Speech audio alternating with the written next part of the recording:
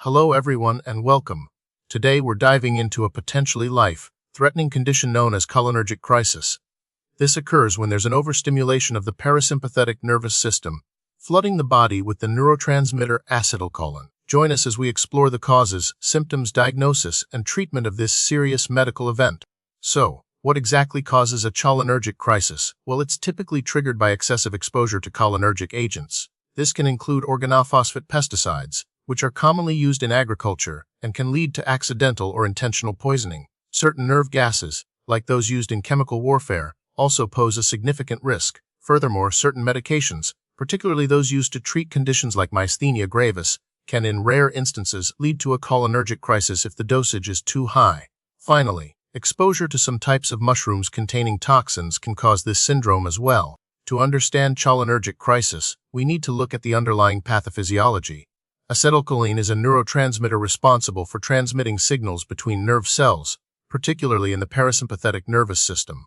This system controls many essential functions like digestion, heart rate, and muscle contractions. In a cholinergic crisis, excessive acetylcholine overstimulates these receptors. This overstimulation leads to a cascade of effects, including excessive salivation, muscle weakness, bronchospasm, and a dangerously slow heart rate. The persistent stimulation eventually leads to receptor desensitization and paralysis.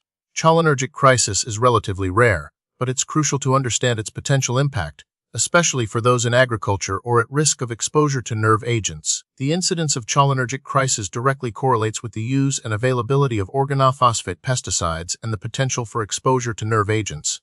Occupational exposure is a primary risk factor. Additionally, the use of cholinergic medications needs careful monitoring to minimize the risk of overdose. The risk of intentional poisoning, while less common, cannot be overlooked. The signs and symptoms of cholinergic crisis can be quite dramatic and progress rapidly.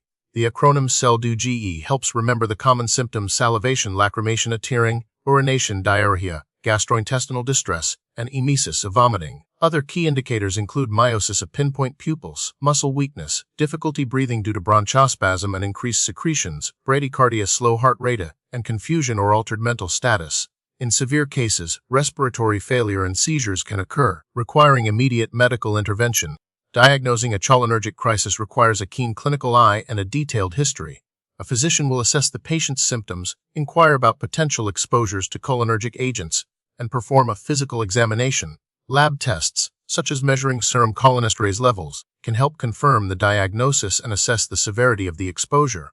However, treatment should be initiated based on clinical suspicion without waiting for lab results, as time is of the essence.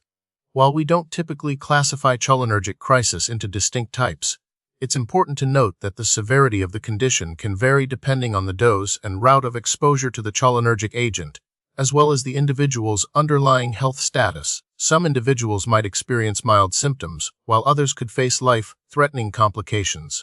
Treatment for cholinergic crisis is aimed at reversing the effects of excess acetylcholine and providing supportive care. The primary antidote is atropine, which blocks acetylcholine receptors, thereby reducing the overstimulation. Pralidoxime, or 2-PAM, is another crucial medication that helps restore the function of cholinesterase, an enzyme that breaks down acetylcholine. Supportive care includes maintaining airway patency, providing oxygen or mechanical ventilation if needed, and managing seizures. Rapid and aggressive treatment is essential for improving outcomes. Prevention is key in minimizing the risk of cholinergic crisis. This involves proper handling and storage of organophosphate pesticides, including wearing protective gear during application. Education and awareness programs are also essential for those working with these chemicals. For patients taking cholinergic medications, strict adherence to prescribed dosages and regular monitoring by a healthcare professional are crucial. Public health initiatives aimed at preventing intentional poisoning are also important. The prognosis for cholinergic crisis depends on the severity of the exposure, the speed of diagnosis, and the promptness of treatment. With rapid and appropriate intervention, many individuals can make a full recovery. However, delays in treatment can lead to severe complications, including respiratory failure, permanent neurological damage, or even death. Ongoing research is focused on developing more effective antidotes and improving our understanding of the long-term effects of cholinergic exposure. Newer advancements in diagnostic methods can help provide faster, more comprehensive diagnosis. Thanks for watching, and we hope this information was helpful and informative.